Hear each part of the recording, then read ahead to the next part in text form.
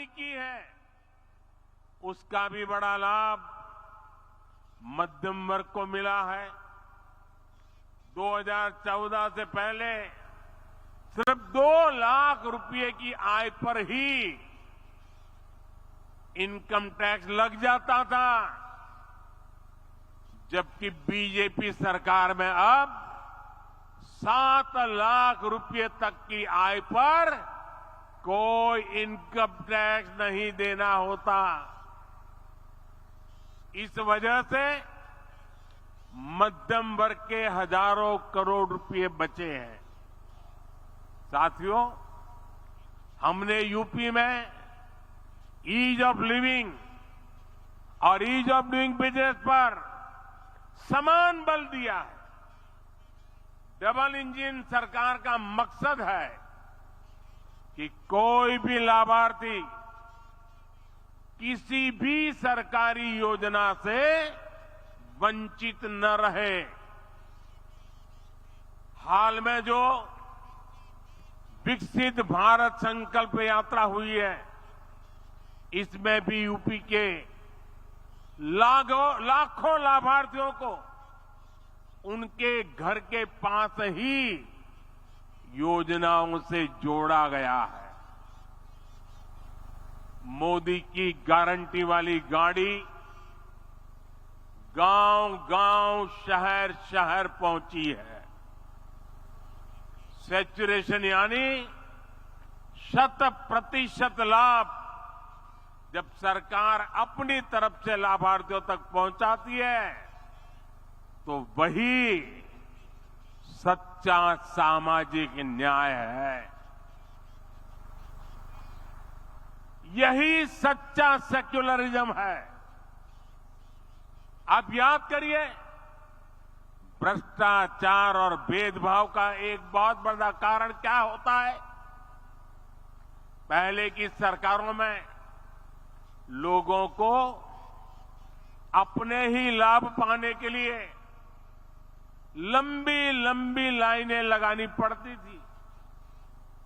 एक खिड़की से दूसरी खिड़की तक कागज लेके भागदौड़ करनी पड़ती थी। अब हमारी सरकार खुद गरीब के दरवाजे पर आ रही है और ये मोदी की गारंटी है कि जब तक हर लाभार्थी को उसका हक नहीं मिल जाता, हमारी सरकार शांत नहीं बैठेगी। चाहे राशन हो,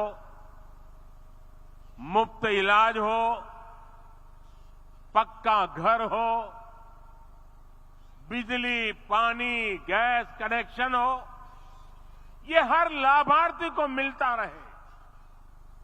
साथियों, मोदी आज उनको भी पूछ रहा है जिनको पहले किसी ने नहीं पूछा। शहरों में हमारे जो रेहड़ी पटरी ठेले वाले भाई बहन होते हैं, पहले इनकी मदद करने के बारे में किसी सरकार ने नहीं सोचा। इन लोगों के लिए हमारी सरकार पीएम स्वनिधि योजना लेकर आई। अभी तक इससे देश भर में रेहड़ी पटरी ठेले वालों को लगभग 10,000 करोड़ रुपए की मदद दी जा चुकी है। यहां यूपी में भी 22 लाख रेहड़ी पटरी ठेले वाले साथियों को इसका लाभ मिला है। पीएम स्वनिधि योजना का जो प्रभाव हुआ है वो दिखाता है कि जब गरीब को संबल मिलता है तो वो कुछ भी कर सकता है। पीएम स्वनिधि योजना के अध्ययन में एक बहुत महत्वपूर्ण बात सामने आई है कि स्वनिधि की सहायता प्राप्त करने वाले साथियों को वार्षिक कमाई में औसतन 23,000 रुपये की अतिरिक्त वृद्धि हुई है। आप मुझे बताइए, ऐसे साथियों के लिए ये अतिरिक्त कमाई कितनी बड़ी शक्ति बन जाती है। पीएम स्वनिधि योजना ने रेहड़ी पटरी ठेले वालों की खरीद शक्ति को भी बढ़ा दिया है। एक और अध्ययन में पता चला है कि स्वनिधि योजना के करीब 75% लाभार्थी दलित, पिछड़े और आदिवासी भाई बहन हैं। इसमें भी लगभग आधी लाभार्थी हमारी बहनें हैं। पहले इन्हें बैंकों से कोई मदद नहीं मिलती थी, क्योंकि इनके पास बैंकों को देने के लिए कोई गारंटी नहीं थी। आज इनके पास मोदी की गारंटी है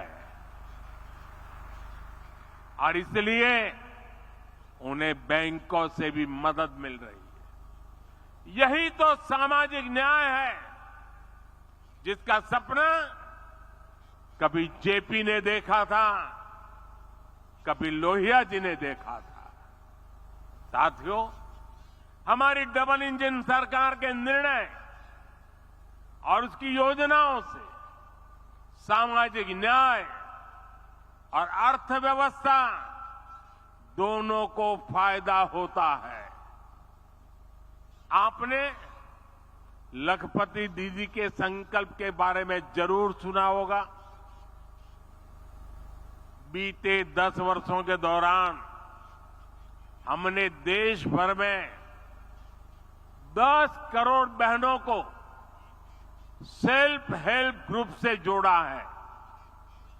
इनमें से अभी तक, आप उद्योग जगत के लोग हैं, जरा यह आंकड़ा समझिए, अभी तक 1 करोड़ बहनों को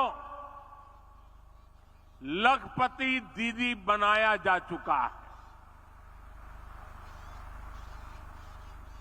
और अब सरकार ने तय किया है कि कुल 3 करोड़ बहनों को लखपति दीदी बना करके रहेंगे। हमारे देश में करीब 2.5 लाख ग्राम पंचायतें। आप कल्पना कीजिए कि 3 करोड़ लखपति दीदी बनने से हर ग्राम पंचायत में खरीद शक्ति कितनी बढ़ेगी। इसका बहनों के जीवन के साथ साथ ग्रामीण अर्थव्यवस्था पर बहुत सकारात्मक असर पड़ रहा है। भाइयों और बहनों, जब हम विकसित यूपी की बात करते हैं तो इसके पीछे एक और ताकत है।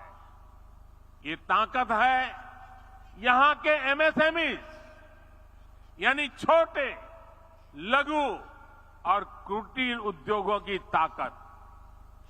डबल इंजन सरकार बनने के बाद यूपी में एमएसएमई का अभूतपूर्व विस्तार हुआ। यहां एमएसएमई को हजारों करोड़ रुपए की मदद